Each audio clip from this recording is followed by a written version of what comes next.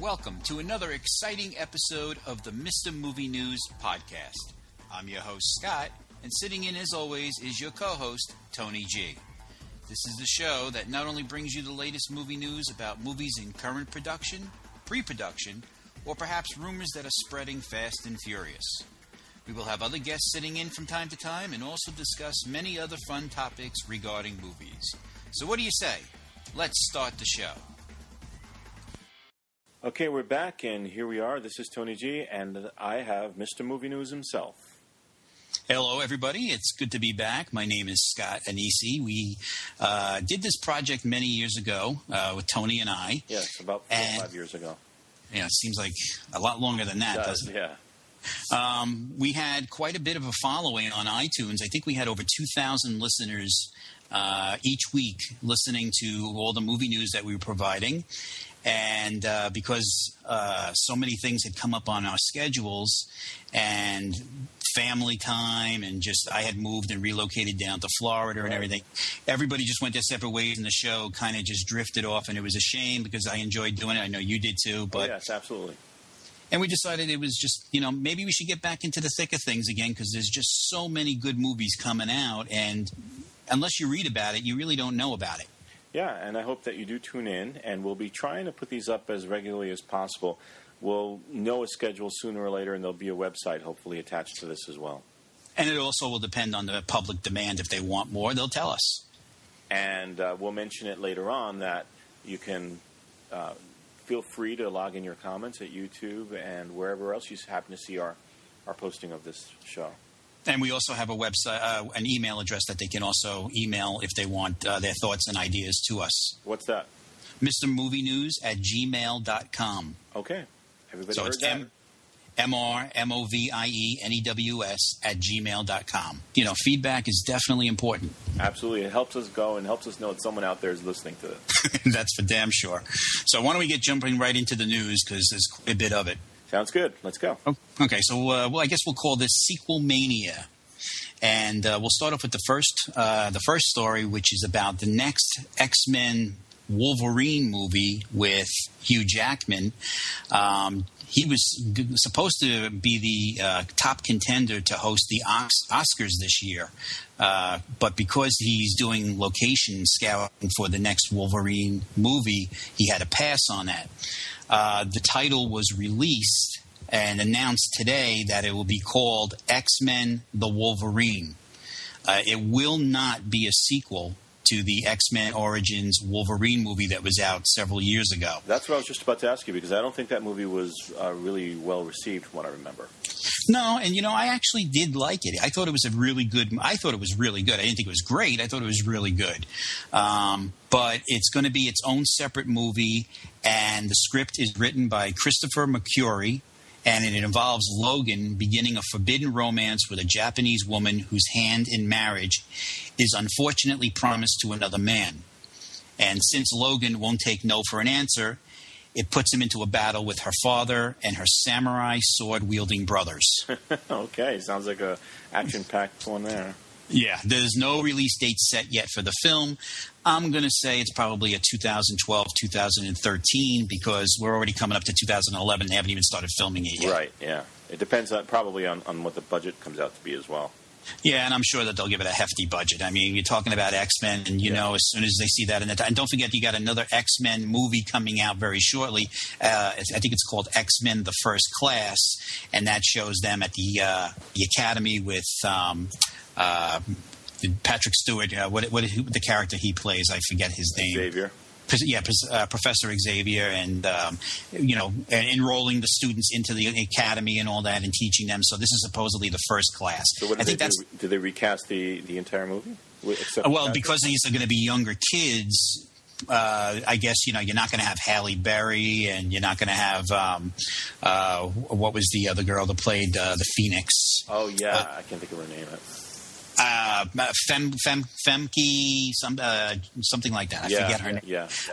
But yeah, I don't think that any of the old cast is going to be coming back due to the fact that these are supposedly there being portrayed. These older actors being portrayed by younger kids. That's kind of interesting because wasn't the original movie their origin to begin with when they arrived to the school and all that?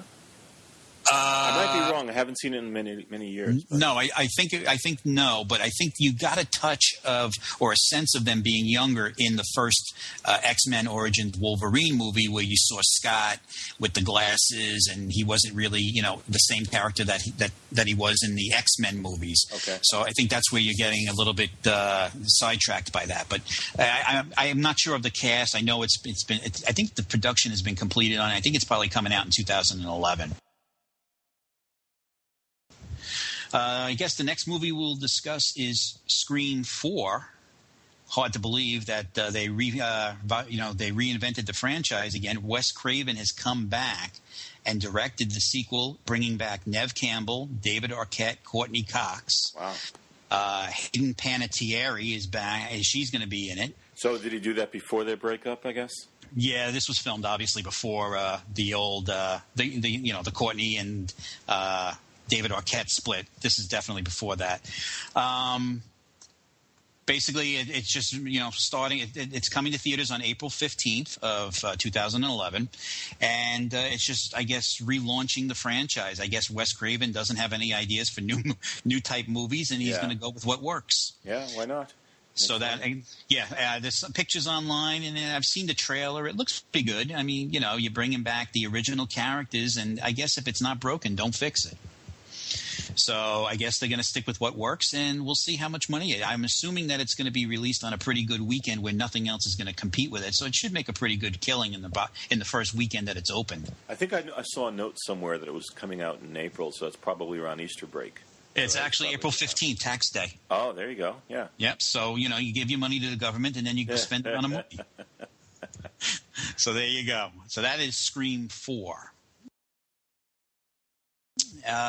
Okay, so now the next movie we're going to talk about is in reference to the biggest movie of all time, and that, of course, is the movie that made over $2 billion worldwide, and that's Avatar. And they are now already planning Avatar 2. Avatar 2, the story continues. 3 more hours of your life. Oh, yeah. Definitely. But the Avatar 2, again, is going to be directed by James Cameron. It's his baby, his pet project. And not only will he be doing Avatar 2, but he's also planning Avatar 3 already. Wow. It's safe to assume this will be coming out in 3D if it's still around at that time. Sure. And you know what? You got to give it to the guy. The man knows how to invent the technology that that needs to be in his vision. And he will not, skimp out on whatever it takes to make a movie the way he sees it and wants it. And quite honestly, I don't think any studio is going to go and say no to this man when he has, the top 2 biggest movies of all time. Right behind Avatar is Titanic. Right. And one of the things I noticed about Avatar also was that it was so well crafted that you didn't necessarily. I understand. I didn't get to see it in 3D, but I got to see it in Blu-ray, and I saw the quality of the image was just amazing. So I could just imagine what that must have been like with the 3D added to it. Exactly. I mean, I didn't see it in the theater. I mean, who has money nowadays to go and spend $40 for 2 people? That's pretty much what it would be, yeah. Especially here in New York. And especially in IMAX, because they charge more for the IMAX. Exactly. So I didn't get to see that. I actually saw it when it came on TV, and it was pretty intense. It was to me, an unbelievable movie. I probably was one of the last people to actually see the movie. I wouldn't be surprised. But it's coming. He's actually in the process of writing Avatar 2, and it's going to take place in the oceans of Pandora. Okay, cool. John Landau, who is the producer, went on record and said, part of my focus in the second film is in creating a different environment, a different setting within Pandora. And James Cameron is going to be focused on the oceans of Pandora, which will be equally rich and diverse and crazy and imaginative. And James Cameron is going to be focused on the oceans of Pandora, which will be equally rich and diverse and crazy and imaginative. But it won't just be in a rainforest. And he's not saying we won't see what we've already seen. We're just going to see more of it. Sure. And it's going to look creative and bring a lot of people to the movies again. Exactly. He said water will be a major part of the movie, but it will not be all of the movie. It's kind of always been. If you remember, I'm sorry to interrupt you, but if you remember, No, go ahead. in the Abyss, he did a lot of effects with water. He kind of has always had an affinity for using special effects with water. Water, and he also likes nuclear explosions. I mean, if you think about, the Terminator was apocalyptic with the nuclear bombs, Right. and then you had True Lies, which was involving nuclear explosions. So he just sticks with a scenario and he basically runs with it. Avatar 2 will pick up exactly at the moment that Avatar 1 ended. Okay. So it's going to be you're going to go right from Avatar 1, and as soon as you get to Avatar 2 starts up, it's going to pick up right where it left off. John Lando also added that Avatar 2 will not cliffhanger or lead into a third film. So again, John Lando also added that Avatar 2 won't end with a cliffhanger or lead into a third film. So he wants them all to be individual stories. I guess so, but then again, that's going against what they're doing with Avatar 2, where it picks up right where number 1 left off. That's true. So maybe the third one is completely a different premise. I don't know. We'll see. But again, like I said, and I quote, Lando says, the next film will kick off where the last one ended, but just like Avatar, it resolved itself and doesn't feel like a setup to another movie. And you don't want Avatar 2 to feel like a setup for 3. Did you say when that one was due? That is coming out in 2014. Okay, so we still have about 4 years left. But with the way time is flying, that 2014 will be here tomorrow. Absolutely. So it's something to look forward to. But again, technology, and with the way James Cameron is he's probably wants to up the game. Sure. And he doesn't want the same technology for another Avatar. He wants to do better. And, again, the guy wins Oscars for a reason. So we'll have to see what he's going to do to improve on himself, because he is a perfectionist. Right. So that is Avatar 2. Let's see. We'll go to the next one, considering this is Sequel Mania, and that is Transformers 3. Transformers 3. Yep. Transformers 3 is currently named Transformers Dark of the Moon. It is not going by Transformers 3. So it has its own title, Transformers Dark of the Moon. It does star Shia LaBeouf, or LaBeouf, or however you want to pronounce his name. LaBeouf, I think. LaBeouf. Yeah. Tyrese Gibson is back. Who else is in that? Josh Duhamel. What's his name? Duhamel. Is that his name? Duhamel? Well, okay. If you want to call him that, that's fine. He is married to Fergie. But it does not star Megan Fox. Megan Fox is out of the Transformer movie. Now that's what I haven't. Believe it or not, I haven't caught any of these. How are they? Well, the first one was really good. Because you don't have when a first movie comes out, and then other sequels come out after it. The reason the first one is usually the best one is because the first one doesn't have anything to compare it to. This is true. So therefore, everybody says, "Oh, the first one was always the best." Well, because everybody out. I remember everybody coming to see, who had seen it, asked me, "Did you see that movie? It was the greatest thing. It was so exciting." Exactly. So the first one was really good. The second one was, it was okay, but you just felt like they were putting it together just to get a buck. Right. Okay. And I heard there was those characters that some robots or something that were offensive to people. Yeah, they were little cars, and they were talking ghetto, and they were being, I would say, racially profiled or whatever. But you know what? It's a movie. It's the first sense of humor. But of course, people are going to take offense to everything and anything. And what are you going to do about it? You can't please everybody. You can't. That's right.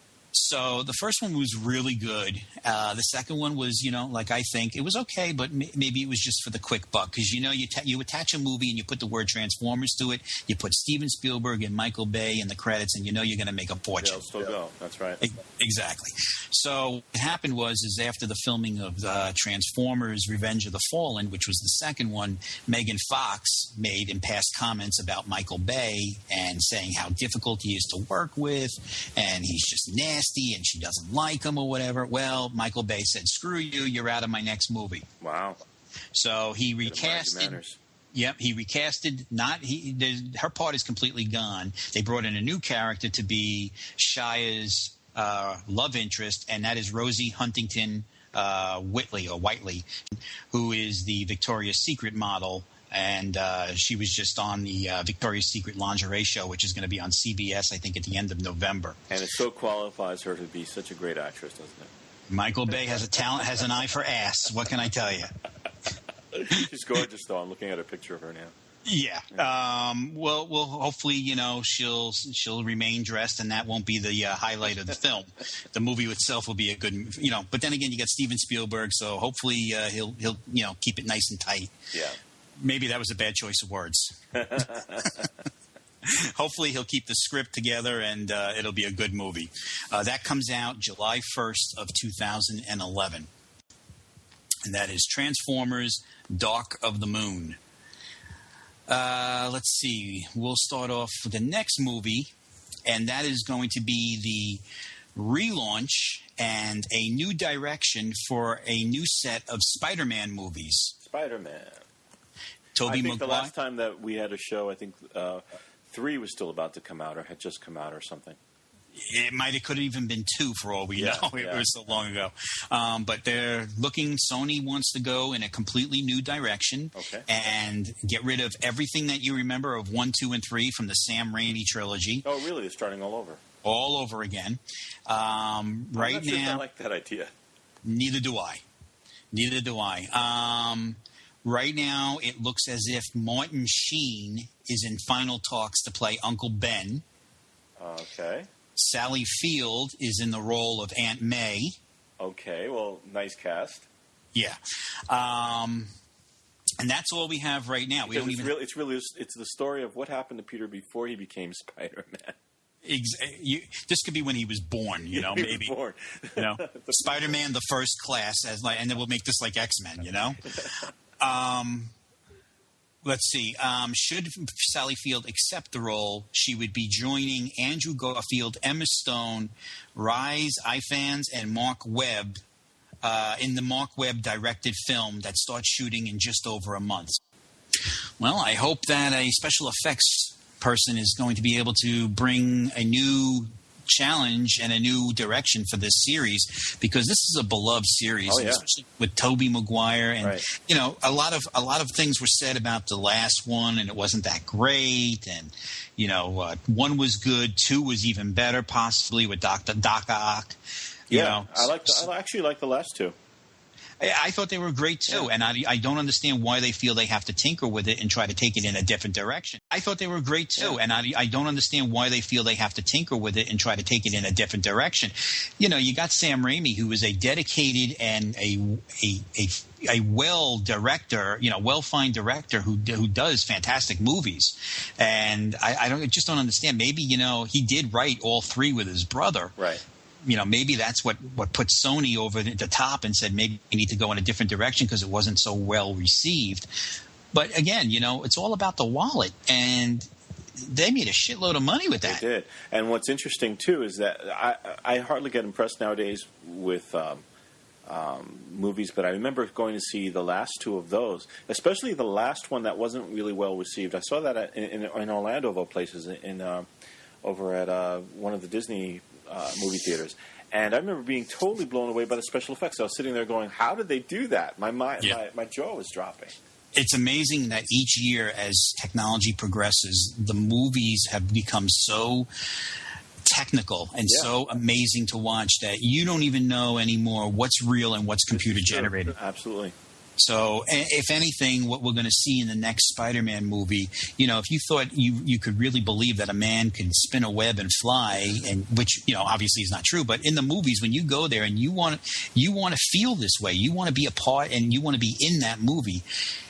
Who knows what technology will be available. Look at Avatar. It's unbelievable where movies can go now at this point and where we haven't gone yet. Mm-hmm. So right now, Columbia Pictures is targeting a July 3rd, 2012 release for the new Spider-Man movie. So we're seeing it in another couple of years we're talking there. Yeah, another 2 years. And I guess it's an appropriate name for a director, Mark Webb. Nice catch on that one. I like that. That was good. All right, we'll move it right along. And the next one we're going to talk about is James Bond number 23. 23. Yeah, 23 referring to the number of movies we're up to already. Wow. So this hasn't even been greenlit yet, or actually it has been, but there's so much problems involved, and that's because MGM has gone into bankruptcy, or they're in severe financial troubles, and they're the ones that own the rights to James Bond. Right. So MGM announced earlier this month that it has plans to the next movie, and they want to try to get it into the theaters of November in 2012. They're trying to get Daniel Craig to come back. He has signed on for 3 more Bond movies, but his schedule is so busy right now because he's doing the movie The Girl with the Dragon Tattoo. Okay. And book I see everybody reading on the train, by the way. Yeah, I don't know anything about it. I heard it was a hit overseas, and now they're remaking it for an American theater.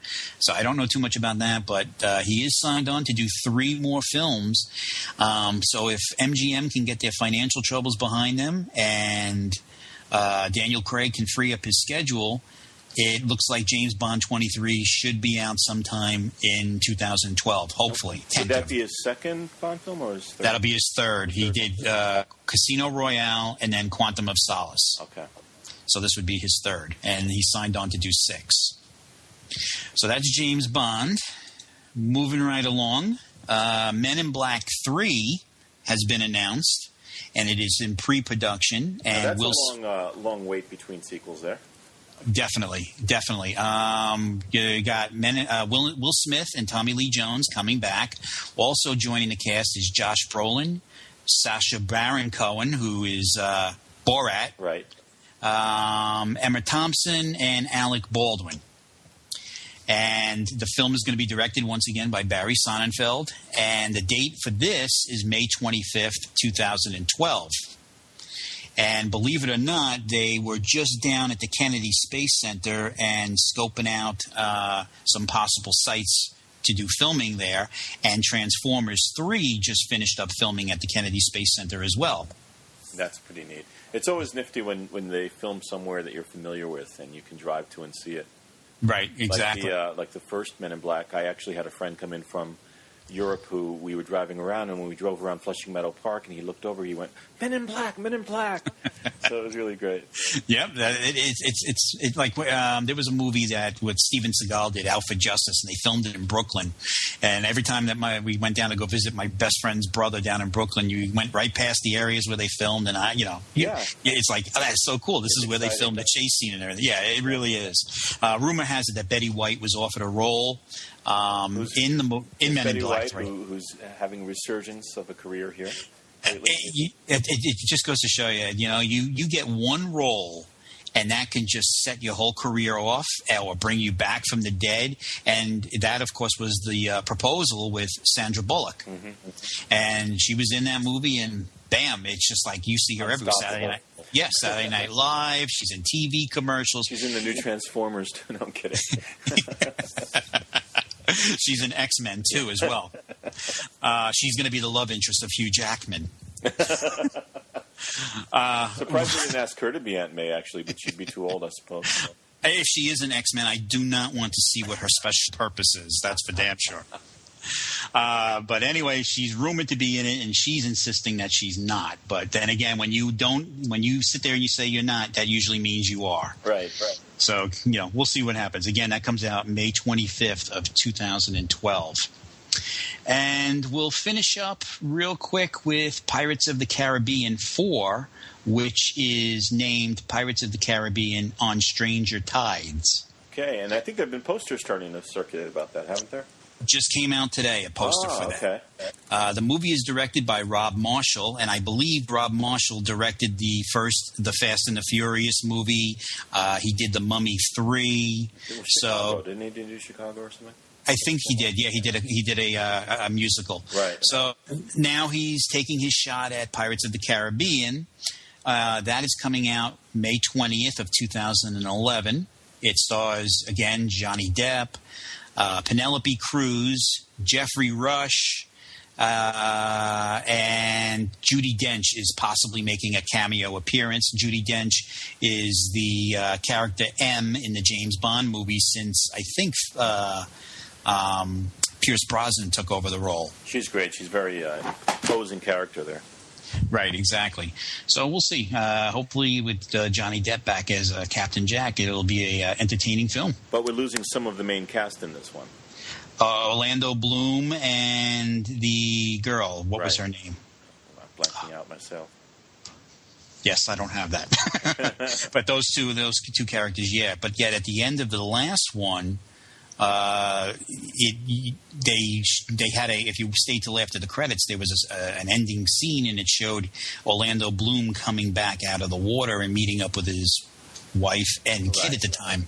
Keira Knightley Keira Knightley, right, meeting up with her and his son. So I'm surprised to hear that they're not in this movie. But then again, could be a cameo role, and they're not going to be listed until you actually see them in the movies. I believe I'd heard a rumor that Keith Richards was coming back to play the father, Jack's father. Yeah, that I heard too as well. Yeah, and don't forget too. I mean, look, nobody knew Samuel Jackson was in Iron Man until the end of the movie. Right.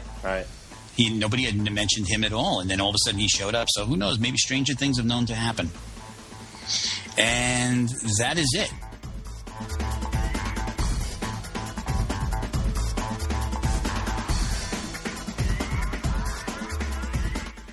Before we leave, we have to thank our sponsor. Reliable Computer Care is the place to go when your computer is not working the way it should be. These guys can do 99% of the work via remote while you watch and your computer never leaves your home. Let's say, for example, your computer is infected with a virus.